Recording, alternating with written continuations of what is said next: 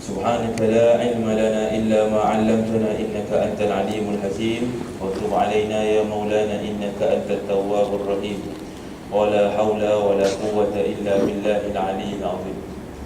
Assalamualaikum warahmatullahi ta'ala wabarakatuh. Alhamdulillah, setinggi-tinggi kesyukuran kita panjatkan kepada Allah Subhanahu wa taala. Yang pertama-tama sekali atas nikmat usia kita tuan-tuan yang dirahmati Allah.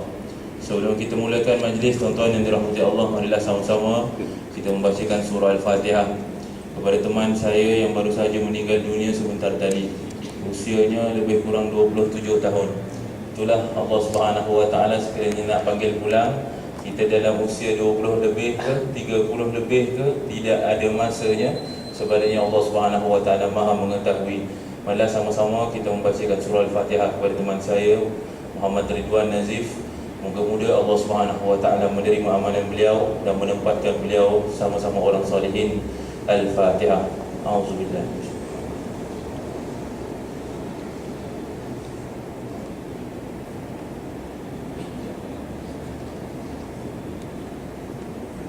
Amin. Alhamdulillah, kita syukur pada Allah di atas nikmat usia kita. Kita syukur pada Allah Subhanahu wa taala atas nikmat kesihatan kita. Kalau hari ini kita tidak sihat, mungkin kita tidak berada di dalam masjid Allah Subhanahu wa taala ini. Kalau hari ini kita tidak panjang usia, mungkin kita tidak berada di sini tuan-tuan. Kalau kita ini tidak diberikan Allah Subhanahu wa taala kudrat, kekuatan dalam diri, mungkin juga kita tidak berada dalam sini. Dan seterusnya kita harus bersyukur pada Allah Subhanahu wa taala, dan syukur yang paling tidak terhingga di atas nikmat iman kita yang Allah Subhanahu wa taala masih peliharakan untuk sampailah kita ke dalam masjid Allah Subhanahu wa taala menunaikan solat fardu Isya bersama berjamaah, dan seterusnya mendengar sedikit tazkirah daripada saya tuan-tuan. InsyaAllah pada malam ini kita tidak akan panjangkan, katalah saya dah minta izin dengan Ustaz tadi sebelum kita mula. Saya kata, Ustaz berapa lama agak saya boleh kata? Ustaz kata insyaAllah tak panjang. Saya kata insyaAllah. Jadi saya pukul 12 habis insyaAllah tuan-tuan ya. Boleh tuan? Boleh, Masya Allah ya. Pukul 8 kita mula, 12 4 jam ni sampai ke KL. Subhanallah ya tuan-tuan. InsyaAllah tidak panjang, sedikit sahaja sekadar mengingati antara satu dengan yang lain. Hari ini saya diamanahkan oleh yang berbahagia Ustaz Fakhrul Razi dan juga Masjid Al-Mu'minin untuk menyampaikan sebuah tajuk tentang persatuan ummah tuan-tuan, ke arah penyatuan ummah. Tuan-tuan, puan-puan mungkin tak pergi ke sembahyang Jumaat, ibu-ibu tak pergi sembahyang Jumaat, ayah-ayah pergi solat Jumaat. Hari ini bulan September lepas, ada satu tema yang setiap khatib yang apabila naik ke atas mimbar dia akan menceritakan tentang kesatuan tuan-tuan. Hari ini kita akan membincangkan sedikit tentang ke arah macam mana nak mencapai penyatuan dalam ummah. Huruf yang ayat yang terakhir ataupun kalimat dalam maudhu saya itu berbentuk ummah. Macam mana nak berbentuk ummah tuan-tuan? Kata ulama, ummah ini terbentuk daripada kumpulan-kumpulan. Ni ummah juga ni. InsyaAllah. Oh, pakai ummah dia datang pula. Ummah itu terbentuk daripada kumpulan-kumpulan manusia, yang mana kumpulan-kumpulan manusia itu terbentuk daripada perseorangan. Jadi satu manusia, saya, kawan saya, ibu, ayah saya, adik, kakak saya, satu orang yang berkumpul, dia akan membentuk satu keluarga yang membentuk, dia akan membentuk satu ummah ya. Berarti ummah itu adalah satu gambaran besar terhadap manusia yang bermula daripada seorang. Saya part of ummah, tuan part of ummah, ustaz part of ummah. Jadi ummah ini besar dan setiap seorang individu itu part of ummah. Untuk mencapai kepada penyatuan ummah, maka dia memerlukan kepada pembaikan individu. Satu orang kalau baik, ummah itu akan menjadi baik. Macam itu. Jadi tuan-tuan yang dirahmati Allah Subhanahu Wa Taala, untuk kita membincangkan tentang bagaimana nak menyatukan ummah, kita kena lihat pertama sekali pada diri kita. Adakah kita bersedia? Adakah kita betul-betul sedia untuk masuk ke arah penyatuan ummah, ataupun kita belum bersedia, sebaliknya kita tunggu orang lain satu, kita masuklah nanti ikut belakang. Ya tuan-tuan, kerana itu ada pepatah Cina kata, ni pepatah Cina saya mula. Saya tak hafal dia punya kalimah Cina dia, saya tak hafal. Takut nanti saya sebut lain makhraj dia keluar, tajuk dia berbeza, lain pula makna dia. Kata pepatah Cina, dia kata apa? Dia kata cukuplah dunia ini akan menjadi bersih sekiranya setiap rumah itu menyapu halamannya sendiri. Faham tuan-tuan? Cukuplah dunia ini menjadi bersih kalau setiap rumah itu menyapu halamannya sendiri. Kalau setiap orang menyapu halamannya sendiri, dunia ini akan menjadi bersih. Betul tak tuan-tuan? Kita sapu laman, tetapi yang terlebih daripada laman tu kita serahkan pada orang. Tak apalah, bukan kerja aku, ada Pak Haji tu, kejap lagi pukul 10 dia datang sapu. Jadi kata pepatah Cina ni, kalau setiap orang mau menyapu lamannya sendiri, cukup untuk menjadikan dunia ini satu tempat yang bersih. Bermakna untuk mencapai kepada kebersihan yang menyeluruh, dia memerlukan permulaan daripada satu kelamin, satu rumah.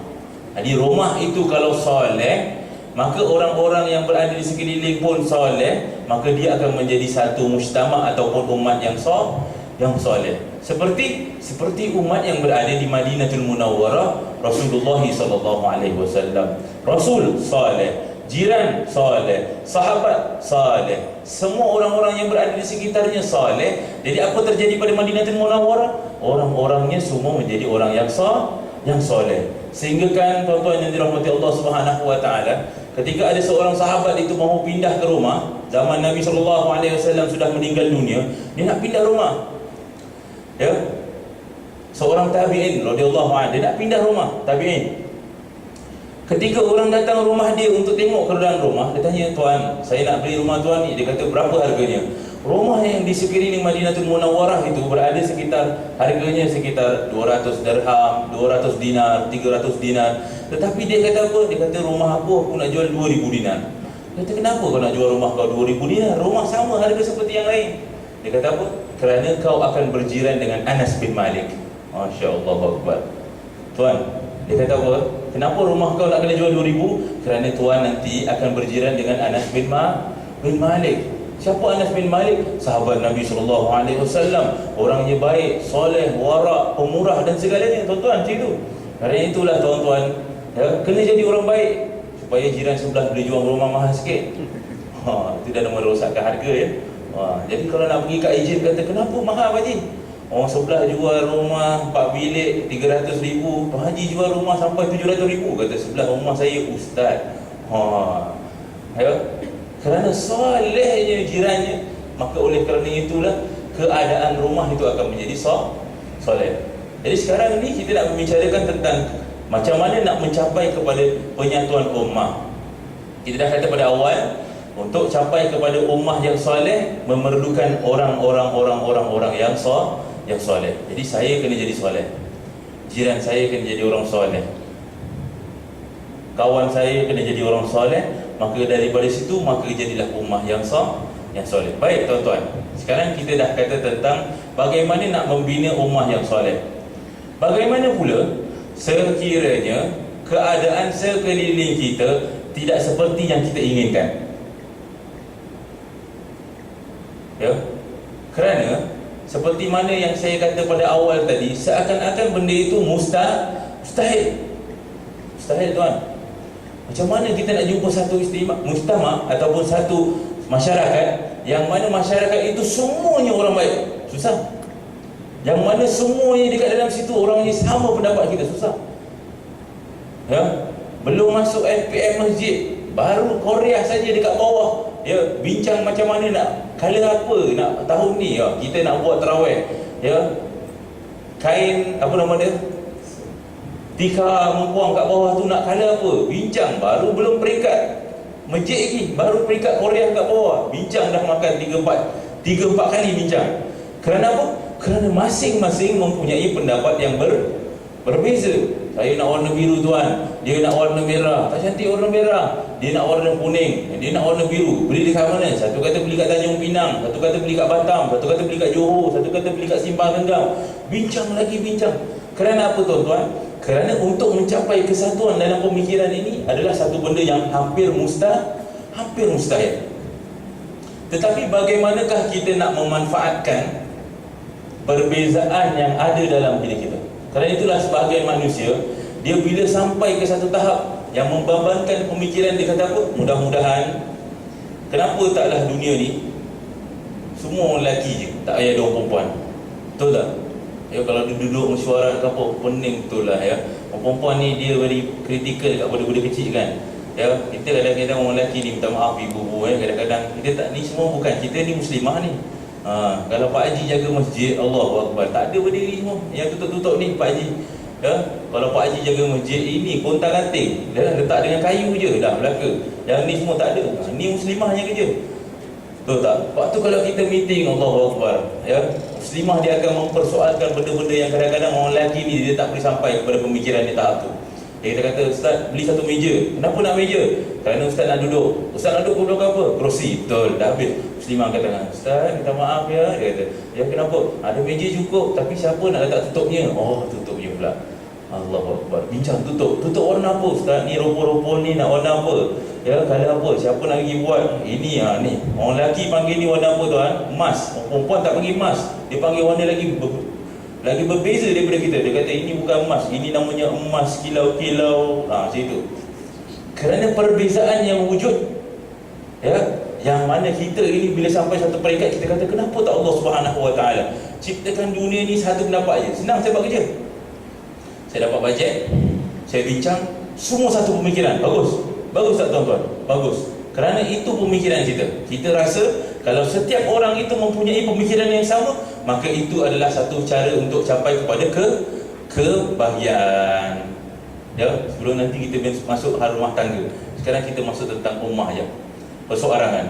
Jadi orang itu dia sentiasa fikir, kenapa tak Allah Subhanahu Wa Taala ciptakan kita semua sependapat?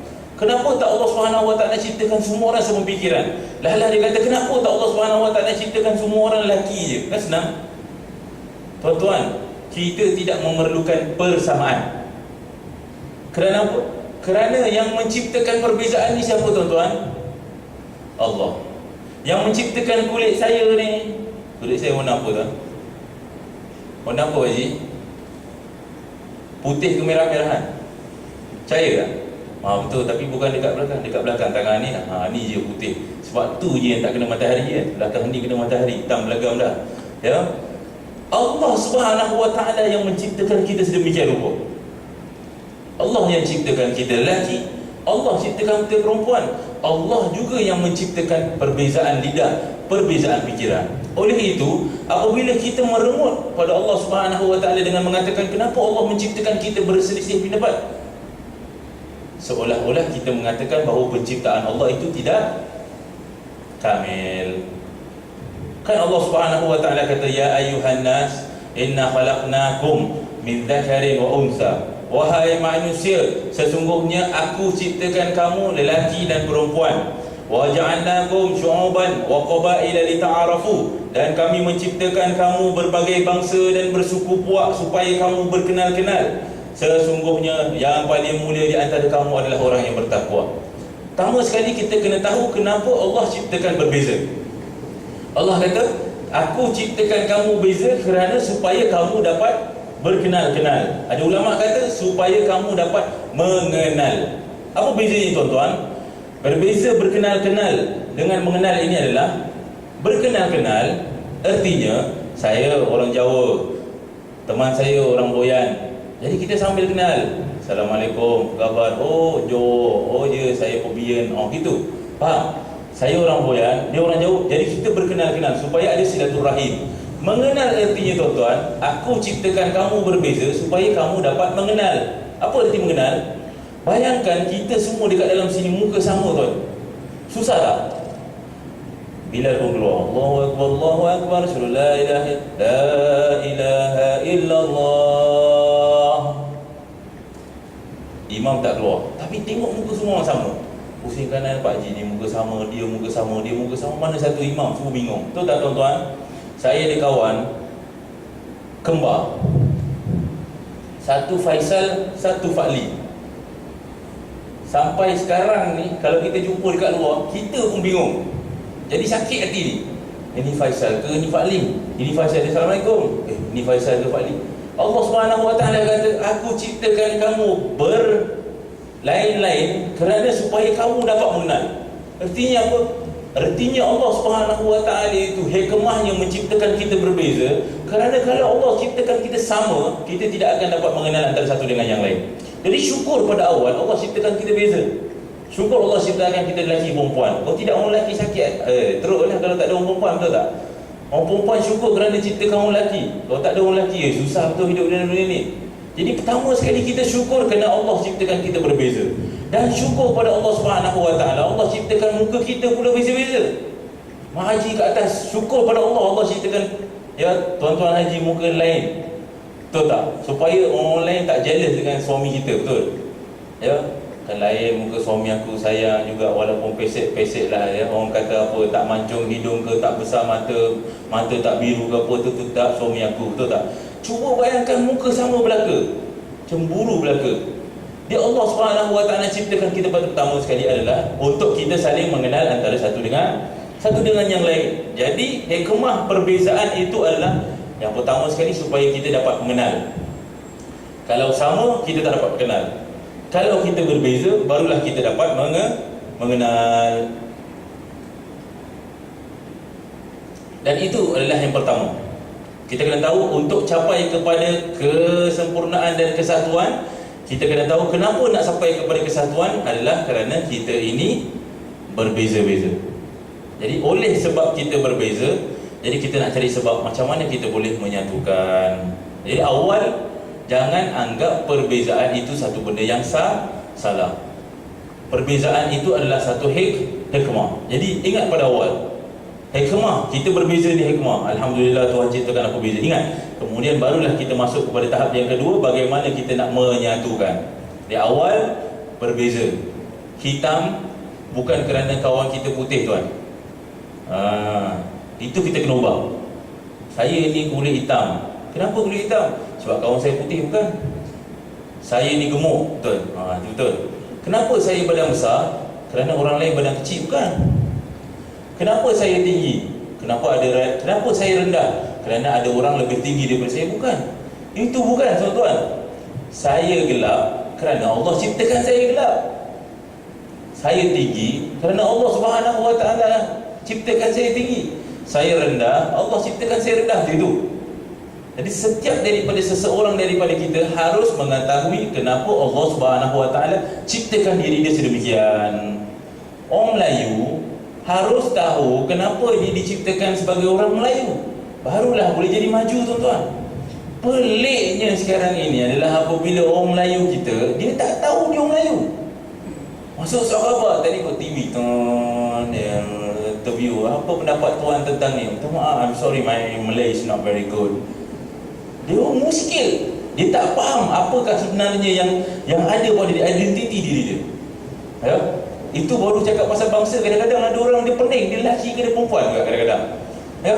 Tanya awak lelaki perempuan tu lah, pening juga lah. Saya pun tak sedar lah diri saya ni apa. Kadang-kadang saya boleh jadi lelaki, kadang-kadang boleh jadi perempuan. Pelik. Ya? Kerana itulah pada awal setiap seorang daripada kita harus tahu kenapa Allah ciptakan dia sedemikian.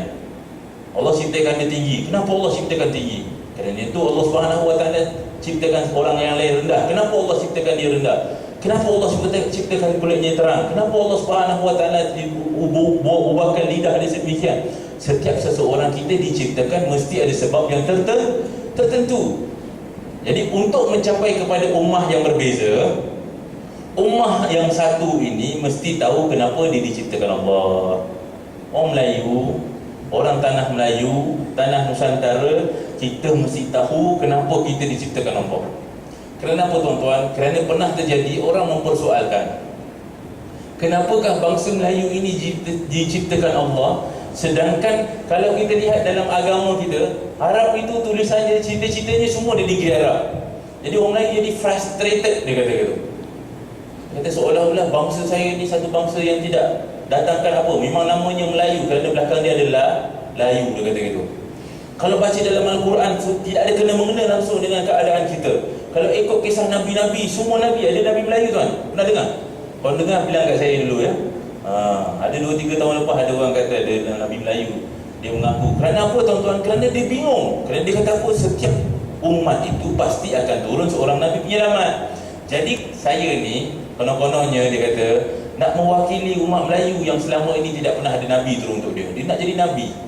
Satu sifat yang pertama yang saya tolak terus-terus, saya kata apa? Saya kata, tuan, kenapa tuan tak boleh jadi Nabi?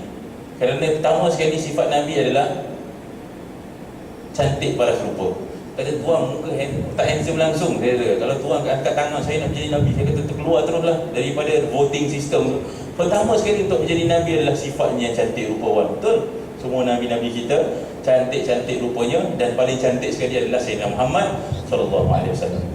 Jadi setiap daripada kita harus tahu kenapa dia diciptakan.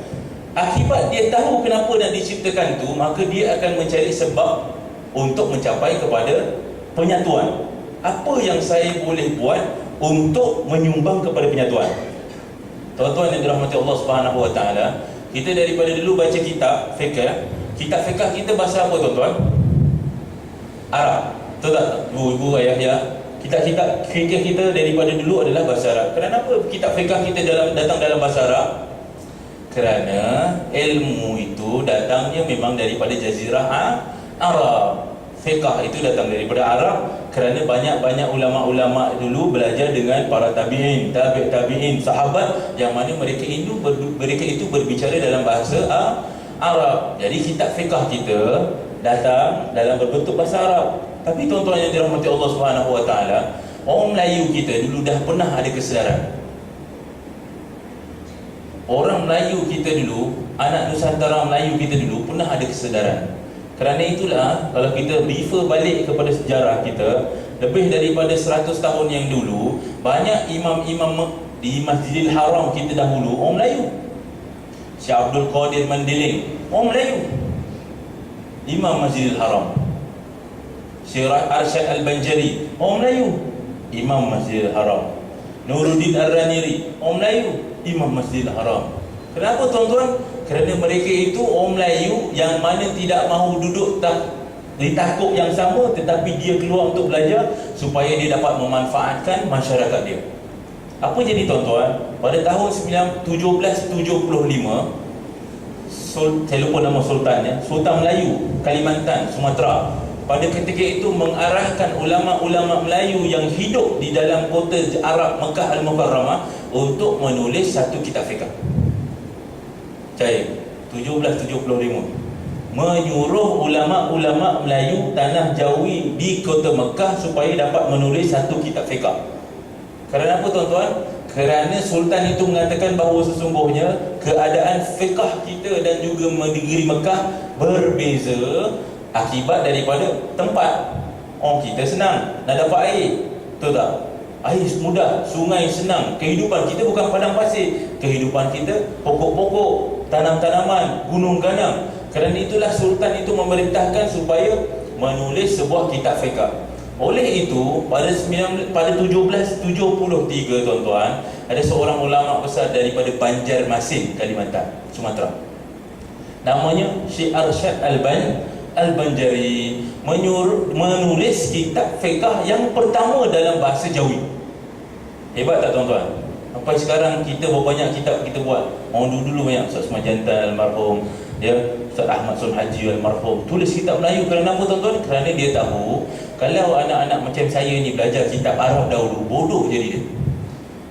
Kita kena baca kitab yang ditulis oleh ulama-ulama Melayu kita supaya apa? Supaya kita faham apa yang perlu dilakukan oleh orang Melayu.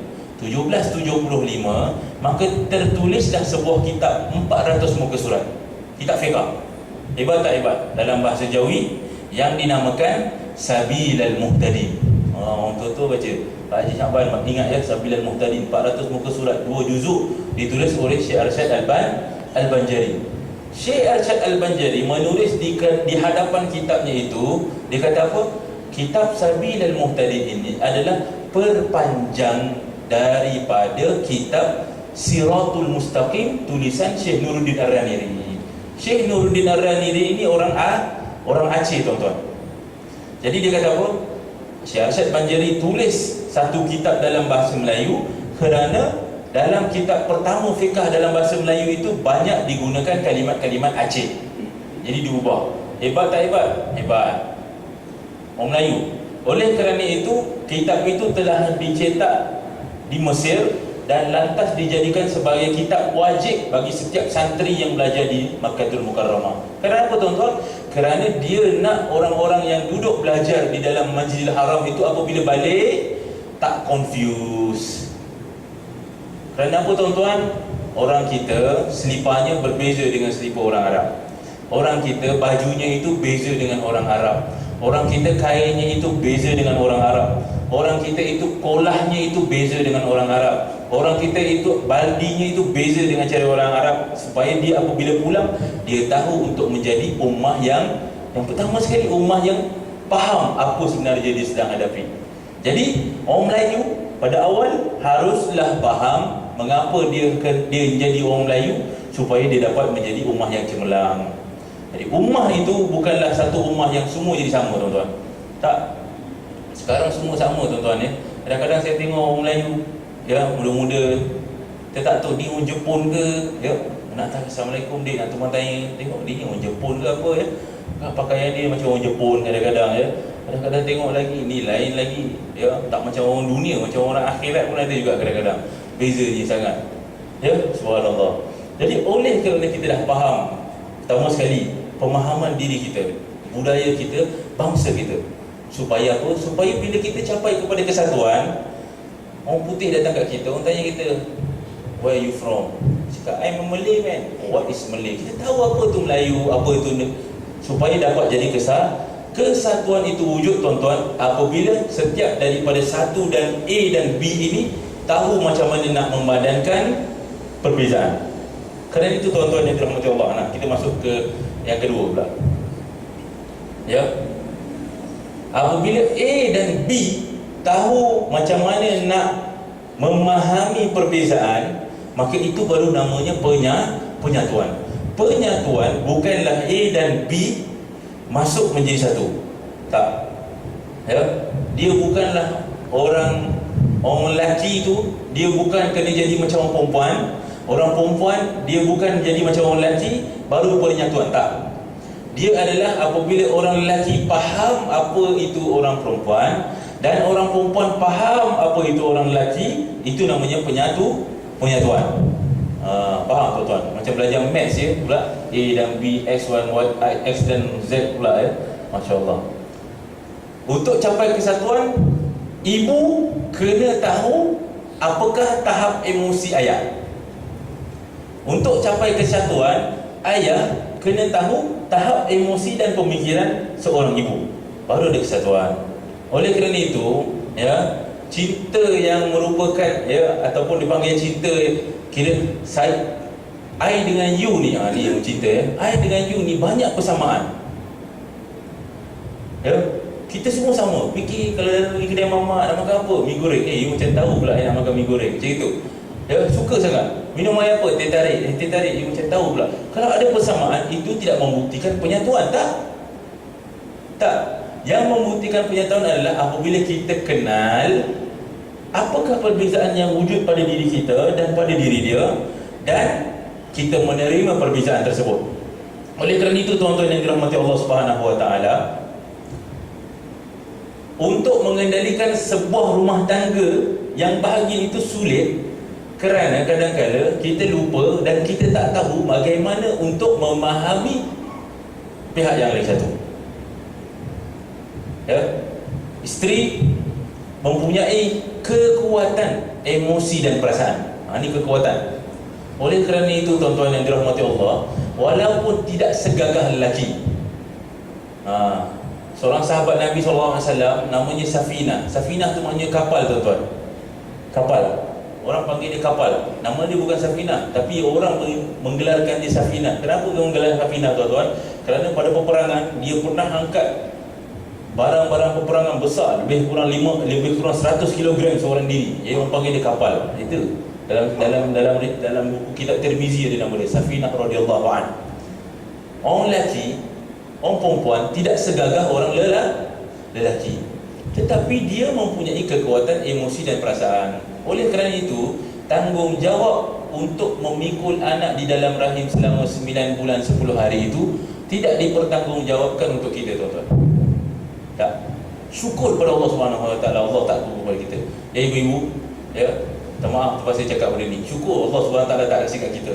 Kerana apa, ibu-ibu? Kerana orang lelaki dia penyabar. Penyabar. Betul tak penyabar, tuan-tuan? Anak kalau nangis malam-malam, siapa yang bangun? Mak kan? Kerana ayah dia sabar. Ayah kalau tak sabar, ayah bangun. Mak tak sabar. Oh, mak tak sabar. Anak, mak tak sabar, kerana tu bangun. Kalau ayah, Allahu Akbar, ayah sabar betul. Tak apalah, sekejap lagi diam tu. Sekejap lagi, dia dah dekat pukul 5, dia diam. Ibu tak sabar. Oh, dia tak boleh dengar. Anak dia, sikit dia dah bangun. Dia tak sabar kan? Tak sabar. Tetapi apabila Allah Subhanahu Wa Taala tambahkan perasaan itu kepada seorang ibu, lelaki segagah mana pun tidak akan sanggup untuk memikul anak selama 19 hari. Sanggup? Pak Haji? Sanggup ya? 19 hari mana sanggup Pak Haji? Kita dengan kita punya lepak kat kedai kopi, oh Allahu Akbar. Kita dengan kita punya jalan-jalan dengan kawan-kawan, duduk naik motor, lasak sana, lasak sini, baring, ya, pakai kain, pakai kain, tak jaga macam mana, pakai belt dan sebagainya. Tapi ibu dia prihatin. 9 bulan 10 hari cycle kehidupannya akan berbeza untuk kita. Beza. Jalannya akan mula berbeza, duduknya akan lebih mula berhati-hati, ya. Solatnya itu lebih kemas daripada biasa. Tenang. Walaupun tiap-tiap hari terpaksa muntah-muntah, walaupun tiap-tiap hari kena pening-pening kepala, tetapi dia sanggup menahannya kerana Allah berpanjangkan pertama sekali kekuatan emosi dan perasaan. Jadi orang lelaki kena ingat satu benda, isteri aku Allah Subhanahu Wa Taala perpanjangkan emosi dan perasaan. Dan emosi dan perasaan itu wujudnya bukan dekat daerah sini. Dia dekat daerah sini, tuan-tuan. Yang daerah atas ni, itu bukan satu benda yang dipanggil emosi dan perasaan. Yang dekat atas ni kita panggil akal dan fikiran. Dan itulah ada seorang saintis ni, dia buat satu kajian, tuan-tuan, ya, tentang ayat orang putih yang dipanggil eyes don't lie. Dengar? Mata itu tidak pernah menipu. Ustaz, percaya tak? Kata mata seseorang itu tidak pernah menipu. Saya kasih tuan-tuan satu contoh lah sekarang, ya. Ni macam kuis. Saya kata kuis. Saya kasih kuis. Tuan-tuan cuba fikir, ya, lepas tu jawab. InsyaAllah siapa yang menang akan mendapat, ya, bermalam 2 hari 3 malam di Masjid Al-Mu'minin tanpa sebarang apa-apa bayaran lah, InsyaAllah. Ya, siapa yang dapat jawapan tercepat seminggu di Masjid Muhajirin, ya, jauh lagi. Saya boleh minta izinkan, InsyaAllah. Boleh, tuan-tuan? Soalan pertama, untuk membezakan akal, fikiran dan emosi dan perasaan. Soalan pertama, apakah bangunan yang paling tertinggi di dunia? Jadi, fikir. Masjid Mukminin. Allah Ustaz, nombor tu 3 hari 3 malam. Apakah bangunan yang paling tertinggi? Fikir, jangan jawab. Fikir. Boleh fikir? Soalan-soalan berbentuk apa kata saintis tu, apa-apa soalan yang berbentuk akal dan fikiran, manusia akan refer terus ke atas fikiran. Sebab tu kalau kita tanya budak-budak kecil, saya buat kau dengan budak-budak kecil kan, saya kata, apa bangunan yang tertinggi di dunia? Semua diam. Kerana apa? Kerana kekuatan itu memerlukan akal dan fikiran.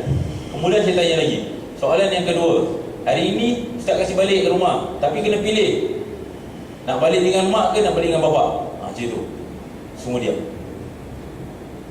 Tengok, kerana persoalan itu tidak wujud dalam akal dan fikiran, sebaliknya ia wujud dekat emosi dan perasaan. Macam itu. Oleh kerana itu, tuan-tuan yang dirahmati Allah Subhanahu Wa Taala, ibu itu dikandungkan Allah Subhanahu Wa Taala di dalam rahim di bawah ini kerana dekat dengan hati dan perasaan. Ulama kata kalaulah lelaki itu kena mengandungkan, dia tak boleh letak dekat sini. Kerana kalau letak dekat sini hancur anak dia. Jadi kalau lelaki Allah Subhanahu Wa Taala nak kasih beranak, Allah akan suruh dia kandungkan anak dekat atas ni. Tak boleh dekat perut. Kerana kalau dekat perut jauh. Sebab orang lelaki ini emosi dan perasaan dia rendah. Jadi tak boleh. Kerana dia selalu menggunakan akal dan pemikiran. Contohnya, Allah Subhanahu Wa Taala letakkan hak talak bagi suami. Kerana apa tuan-tuan? Kerana suami itu berfikiran panjang dan mendalam sepatutnya. Talak itu tidak terletak pada hak isteri, terbaliknya terletak pada suami, kerana suami sepatutnya mempunyai akal fikiran yang mendalam. Dia kena fikir. Talak, fikir. Kerana itu belajar kitab talak. Dan talak itu jatuh pada tangan suami kerana suami kena fikir. Dan suami yang gagal untuk berfikir dan bertindak seperti emosi, kurang jantannya. Betul? Kerana apa tuan-tuan? Kerana perkara itu memerlukan akal dan fikiran. Dan akal dan fikiran ini hanya terletak yang pertama sekali pada suami-suami dan pada lelaki-lelaki. Dan kedua-duanya ini bukanlah bermaksud kelemahan. Suami kurang emosi bukan kelemahan, isteri kurang akal dan fikiran bukan kerana kelemahan. Tidak. Tapi itu adalah kelebihan yang Allah Subhanahu Wa Taala nak berikan kepada dia. Kerana apa? Kerana dua-duanya itu mesti balance. Satu low emosi, penuh fikiran. Satu penuh fikiran, bawah emosi. Balance. Supaya apa? Bila ada perbincangan, dia tak sama, monotonous. Bayangkan dua orang kalau bergaduh, dia emosi je. Sakit tak hati kita? Sakit. Kenapa awak langgar kereta saya? Saya pula. Kenapa awak langgar kereta saya? Saya pula. Kenapa awak langgar kereta saya? Gitu sampai habis. Betul tak? Dia perlukan seorang yang balance otak dia. Kenapa awak langgar kereta saya? Bukankah kita depan tadi break? Dia fikir. Kena macam itu. Kalau dua-dua sama, dia tak akan mendapat kepada persoalan dalam kehidupan. Oleh kerana itu, yang pertama sekali bila kita nak cakap adalah apabila individu itu dapat memikirkan dan dapat memahami kekuatan keadaan mereka masing-masing. Jadi faham. Ya, suami isteri faham. Kerana itu tuan-tuan yang dirahmati Allah Subhanahu Wa Taala, apabila kita kata pasal benda kekuatan, kelemahan, emosi naik, emosi turun, ini semua memerlukan latihan tuan-tuan. Ini semua latihan. Ya, waktu datang bulan Ramadan suruh kita sabar. Kerana apa? Kerana walaupun manusia lelaki ini ditambahkan akal dan fikiran, tetapi kadang-kadang perbuatan dalam diri mereka tidak seperti menggambarkan mereka berada dalam keadaan sedemikian. Oleh itu datang latihan. Ramadan sabar. Bulan ni sabar. Ini datang berpuasa dan sebagainya. Jadi itu semua memerlukan latihan. Dan kita dah kata tentang dah masuk seorang-seorang, kita masuk dalam keluarga. Dia kata kalau dalam keluarga itu faham setiap seorang apa yang mereka harus lakukan, maka itu adalah step yang pertama untuk mencapai kepada penyatuan ummah. Jadi seorang dah baik, keluarga pula faham. Anak faham apa tugas dia sebagai anak. Ayah faham apa tugas dia sebagai ayah. Ibu faham apa tugas dia sebagai ibu. Jadi satu keluarga itu sudah boleh mengarah kepada kesatuan ummah. Jadi kita nak membicarakan sekarang adalah kesatuan ummah menyeluruh. Hidup dalam masyarakat yang berbeza-beza tuan-tuan. Hidup dalam masyarakat yang berbeza, adakah benda itu satu benda yang baru? Bukan benda yang baru tuan-tuan. Sejak daripada zaman Rasulullah SAW sudah mula berhijrah daripada kota Mekah pergi ke kota Madinah. Hijrah daripada orang-orang yang berada di Mekah sampai berada dalam keadaan sekeliling orang-orang yang berada di Madinah. Sekarang tuan-tuan kalau pergi haji dan umrah, dapat lihat perbezaan orang Mekah dan orang Madinah. Percaya tak? Percaya. Orang Madinah lebih lembut perkataan dia. Cakap dia lebih baik, lagi muda, lagi apa nama dia? Lagi lembut. Dan perbezaan dengan orang Mekah lain. Kerana apa tuan-tuan? Kerana Mekah sejak daripada zaman dahulu sudah menjadi tempat dagangan. Banyak orang keluar masuk. Jadi Nabi SAW apabila pindah ke Madinah, perbezaan kehidupan.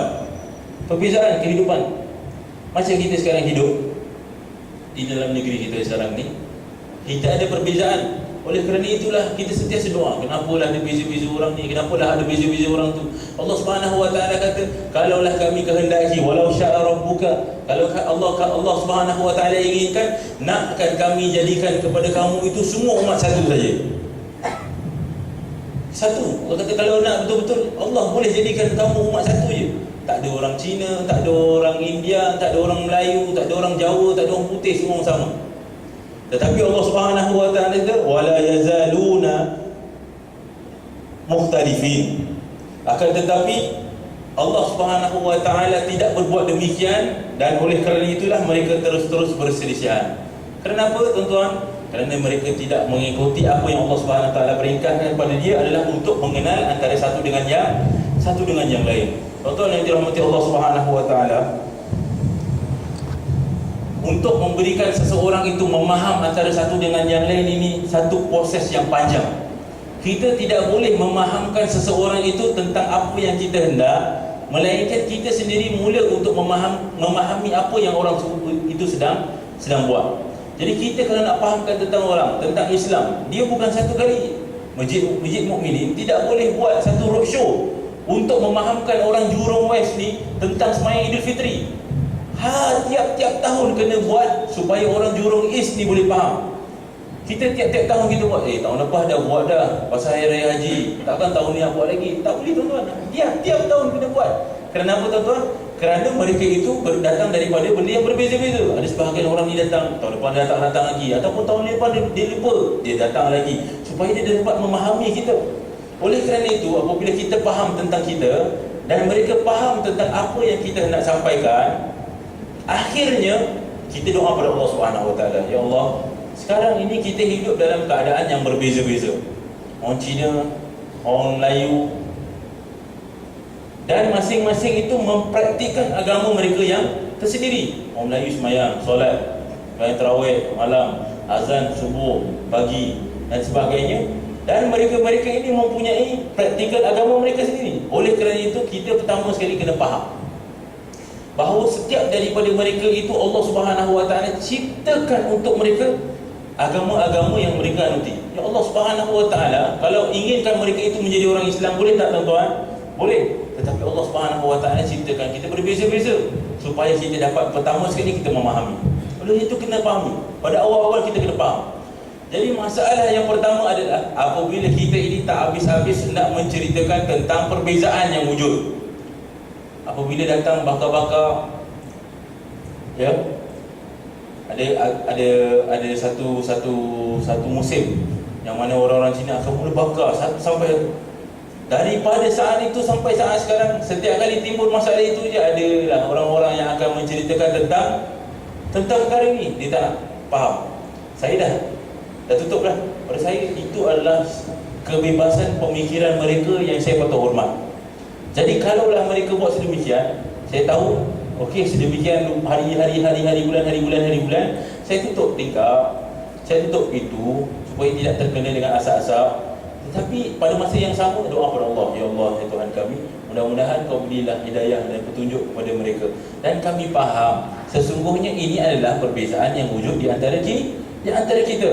Jadi yang pertama sekali kita kena tahu bahawa sebelum kita suruh orang faham, kita kena memahami orang. Dan persoalannya tuan-tuan adalah sampai bila orang akan mempertanyakan kita harus memahami orang. Sampai bila Ustaz kita nak kena faham orang? Ya, tiap-tiap tahun kita je faham. Oleh kerana itu tuan-tuan yang dirahmati Allah, saya nak refer balik sedikit sebelum kita habis ni tentang sebuah kisah yang kita semua tahu. Sekitar bulan Ramadan, akhir-akhir bulan Ramadan tahun ini, ada satu masalah terjadi di Singapura ni, iaitu tentang isu hal azan di McDonald. Ustaz dengar ya, azan di McDonald. Dengar tak azan di McDonald? Ya, di internet kan, azan di McDonald. Tuan Haji tahu tak, McDonald bulan puasa, oleh kerana mereka itu meraihkan orang-orang Islam yang berpuasa, bila azan, dia buka azan, Allahu Akbar, untuk memberitahu orang-orang Islam yang berbuka di McDonald bahawa azan dah masuk. Okey, itu satu. Apabila McDonald buat sedemikian, ada seorang hamba Allah Subhanahu wa taala yang bukan beragama Islam, dia kata dekat dalam laman Facebook dia, kata macam ini tuan-tuan, dia kata, kenapa McDonald nak buka lagu azan? Bukankah negara kita negara yang sekular? Betul tak tuan-tuan? Jadi kata negara kita bukan negara Islam, bukan negara Kristian, bukan negara Buddha. Negeri kita negara sekular. Kenapa McDonald kena buka azan? Dia tanya macam itu. Sejak dia cakap benda tu, ada orang ambil kata-kata dia dan sebarkan ke seluruh Singapura, maka terbukalah satu luangan di dalam internet itu yang dikelolakan oleh anak-anak Islam kita, yang sampai saya tengok hari itu sampai 10,000 orang anak-anak Islam kita masuk membela agama. Bulan puasa, tengah-tengah hari, beribu anak-anak Islam kita maki-maki hamun di laman Facebook. Bulan puasa. Yang menjadi benda yang lebih kelakarnya adalah apabila ustaz-ustaz yang saya rujuk, guru-guru yang saya rujuk, tak nak cakap apa-apa. Sebab dia kata, sekejap kita tengok masalah ni, kita tengok macam mana. Sebab apa? Sebab apa masalah yang timbul kena harus dipikir dengan teliti. Kalau saya jawab ni, mungkin tak orang salah faham. Kalau saya buat ni, mungkin tak orang salah faham. Itu kena fikir. Jadi apa terjadi tuan-tuan? Petang-petang tu, saya ni aktif juga dekat Facebook dengan budak-budak muda ni. Ya, jadi saya ada dekat dalam. Tengoklah semua, Allahu Akbar. Ya, beribu-ribu anak-anak Melayu bulan-bulan puasa tengah-tengah hari maki-maki hamun. Oh, mereka itu dia backing agama. Dia kata, "Oh, you don't know about Islam. Islam shouldn't be supposed to be. This is not war. This is not a chanting. This is a calling of Islam. Islam is great. Allahu Akbar," dan sebagainya lah. Beribu-ribu kelakar-kelakar juga saya tengok. Saya ni suka tengok siapa yang cakap. Saya buka satu-satu gambar kelakar juga. Ya, rambut perang, tattoo sana, tattoo sini, baju terdedak. Ya, ada sampai satu gambar tu dia sedang pegang arak, tapi dia kata apa? Dia kata Islam is great, Allahu Akbar. Hebat. Dia itu walaupun tidak mengamalkan Islam, tetapi di lubuk hatinya itu tersemat perasaan soal Islam. Jadi dia tahu, orang kalau hina Islam, saya kena backing. Dia kena backing. Walaupun dia bukan Islam, sembahyang Jumaat pun tak pernah. Jangan kata sembahyang fardu, sembahyang Jumaat, sembahyang Idul Fitri pun tak pernah. Tetapi dia tersemat di dalam hatinya itu dia punya religious view. Sebab itulah tuan-tuan tengok dalam laman Facebook, tak jadi masalah. Ada gambar anak-anak Melayu kita pergi clubbing dengan apa nama dia, dengan arak di tangan, dengan lelaki perempuan bercium-cium, berpeluk-pelukan. Kat bawah tulis religious view Islam, pious Muslim. Islam. Tetapi mereka itu dia nak cuba untuk mempertahankan agamanya walaupun mereka itu bukan seorang praktisi Muslim. Hebat. Kerana apa? Kerana di dalam hatinya ada background. Dia tahu saya orang Islam. Orang kalau sakitkan hati Islam boleh. Cuma masalahnya tuan-tuan, tidak cukup ilmu. Jadi bila dipertahankan saya, satu kawan-kawan saya, ya, kita ada satu kelompok kumpulan Asatiza yang mana kita ini memantau keadaan di dalam internet.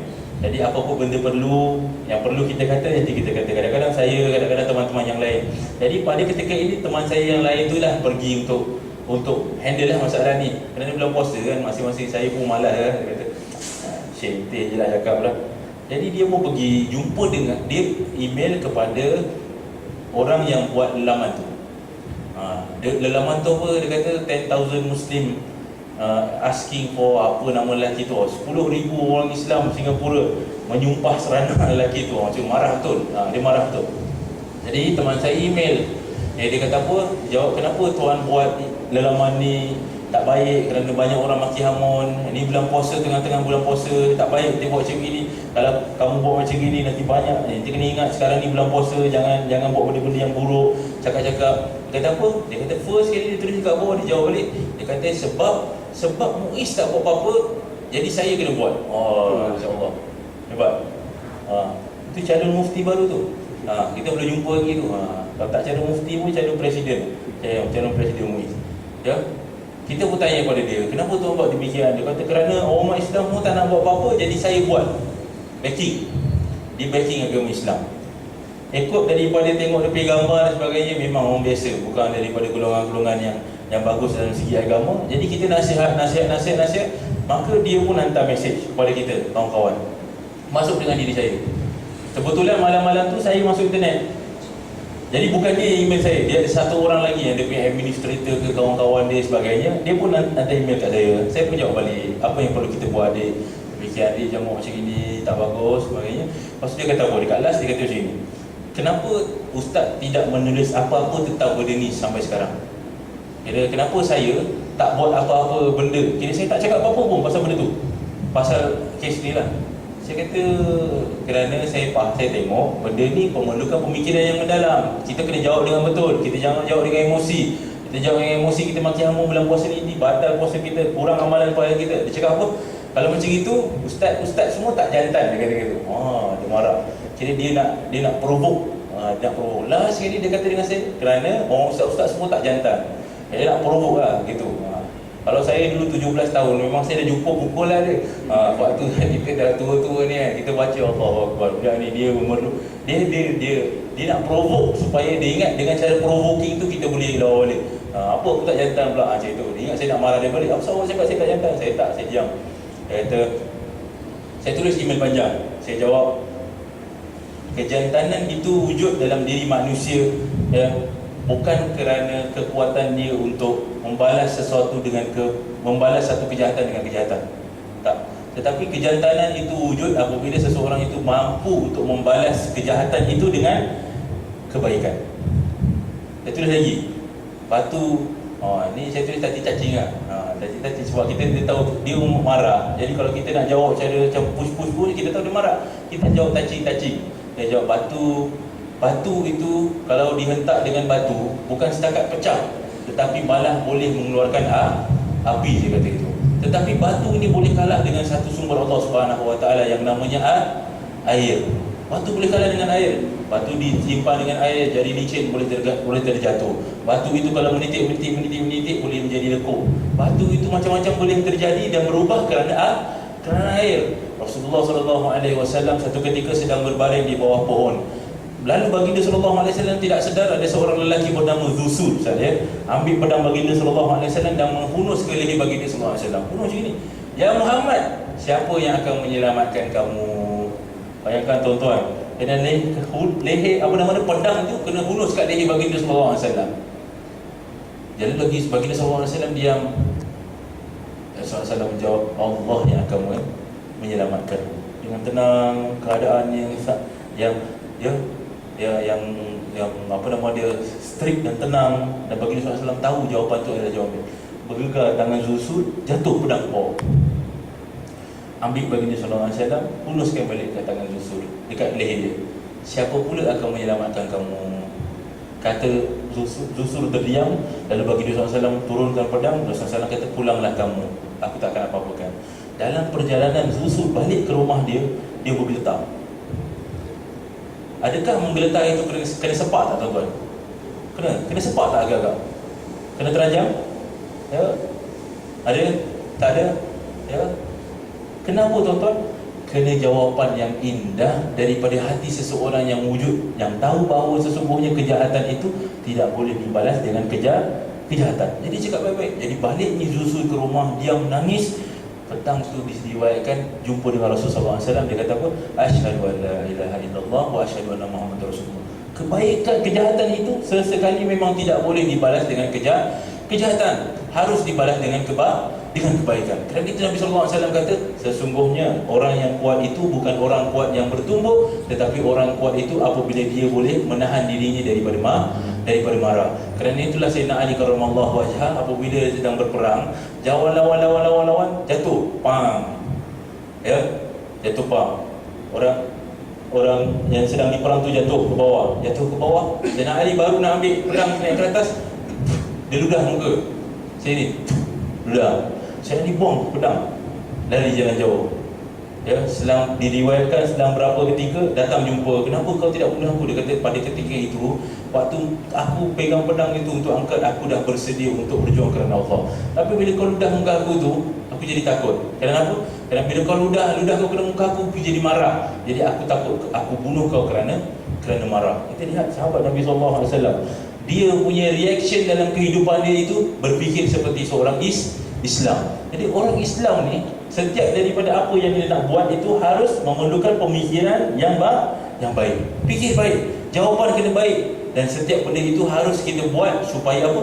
Supaya akhirnya sekali kita ini apabila nak mencapai kepada kesatuan ummah, kesatuan itu wujud apabila di dalam itu wujud orang-orang yang memahami antara satu dengan yang lain. Dan walaupun orang lain itu berbeza dengan kita, dan kita ini harus memahami mereka lebih daripada itu, kita kena tahu bahawa sesungguhnya Nabi Muhammad SAW adalah orang pertama yang dibuat. Tak jantan ke saya apabila saya tak jawab orang-orang tu tuan-tuan? Tak jantan ke kawan-kawan saya apabila kita tidak membalas email? Tidak.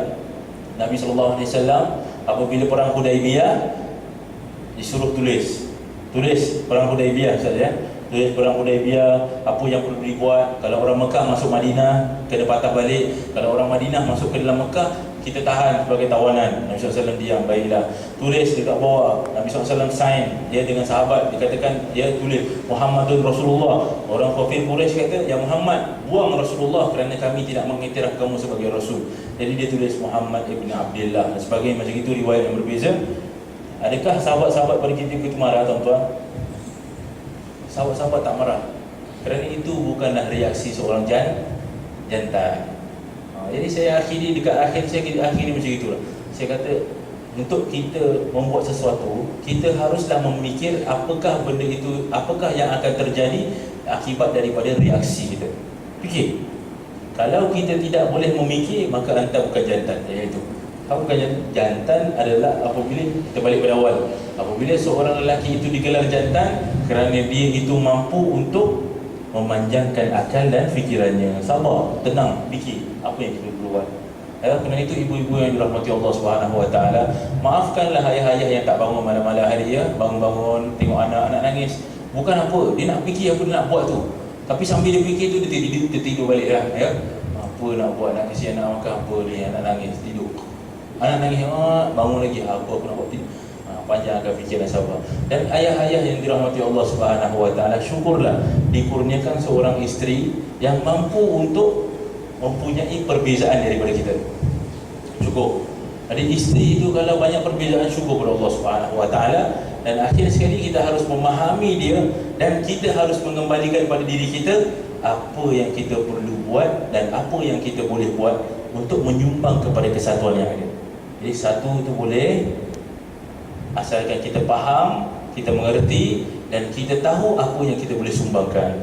Ya, di dalam masjid, bila masjid terbina, kita jangan tanya apa yang masjid boleh buat untuk kita. Sebaliknya kita tanya diri kita, apa yang saya boleh buat untuk masjid. Oleh kerana itu, Rasulullah SAW dan para sahabat mengambil pendapat Salman Al-Farisi dalam perang Khandaq. Ya, tuan-tuan. Kenapa?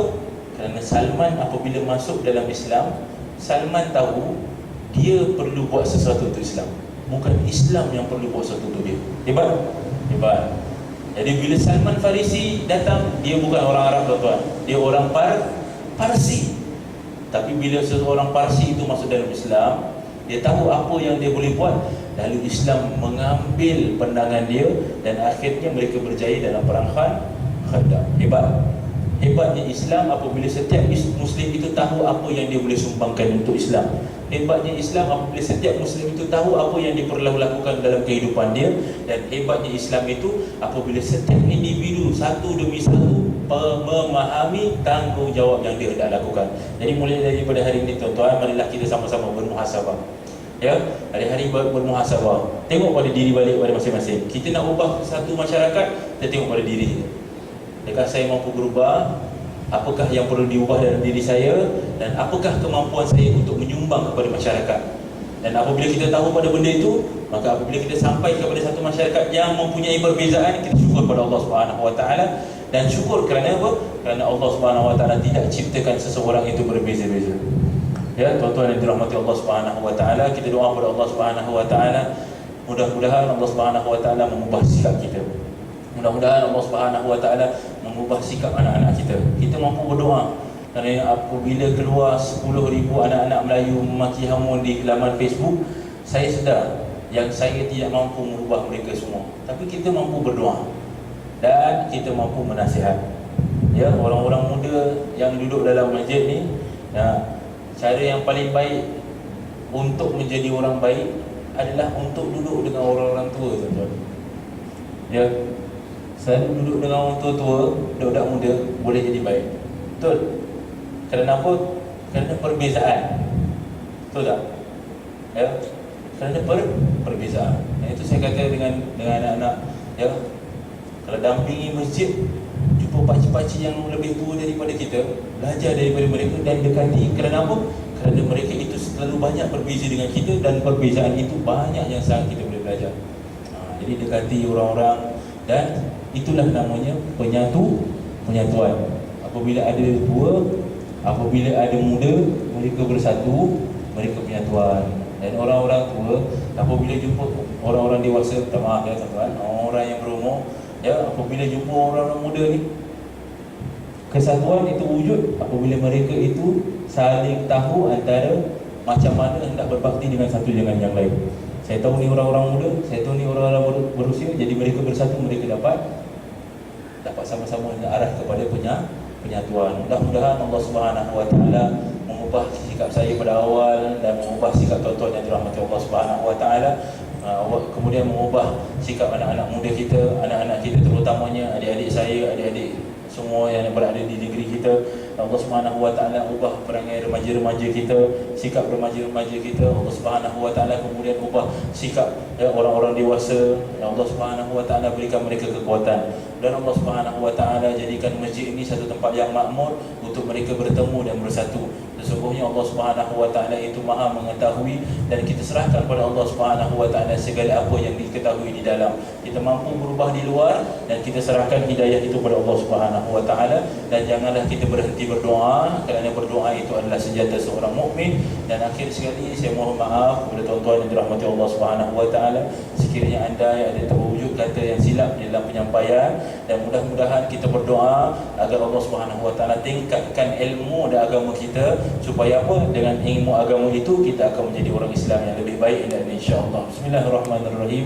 Alhamdulillahirabbil alamin, wassalatu wassalamu ala asyrafil anbiya'i wal mursalin Sayyidina Muhammadin wa ala alihi wa sahbihi ajma'in. Allahumma man arada bil islami wal muslimina khaira fakhuzhu Allahumma ila kulli khair, wa man arada bil islami wal muslimina syarra fakhuzhu Allahumma ila kulli, wa man arada bil islami wal muslimina khaira fakhuzhu Allahumma ila kulli khair, wa man arada bil islami wal muslimina syarra fakhuzhu Allahumma qadra azizin muqtadir. Ya qayyumus samawati wa ya dzal jalali wal ikram, innaka sami'un qarib wa mujibud da'wati ya qadiyal hajat. Allahumma waffi' ibadakum alladhi malaktakum zimama umurina lisayri ala siratika wa sayri ala sunnati nabiyyik, waj'al lahum bitanatan salihatan fima takunu min khairil ibad wal bilad. Rabbana ighfir lana dhunubana wa liwalidina warhamhuma kama rabbayani saghira. Rabbana ighfir lana wa li ikhwanina alladhina sabaquna lil iman wa la taj'al fi qulubina ghillan lil ladzina amanu rabbana innaka antar raufur rahim. Rabbana atina fid dunya hasanah wa fil akhirati hasanah wa qina adzaban nar. Wa sallallahu ala sayyidina Muhammadin wa ala alihi wa sahbihi wa sallam. Walhamdulillahirabbil alamin. Assalamualaikum warahmatullahi wabarakatuh.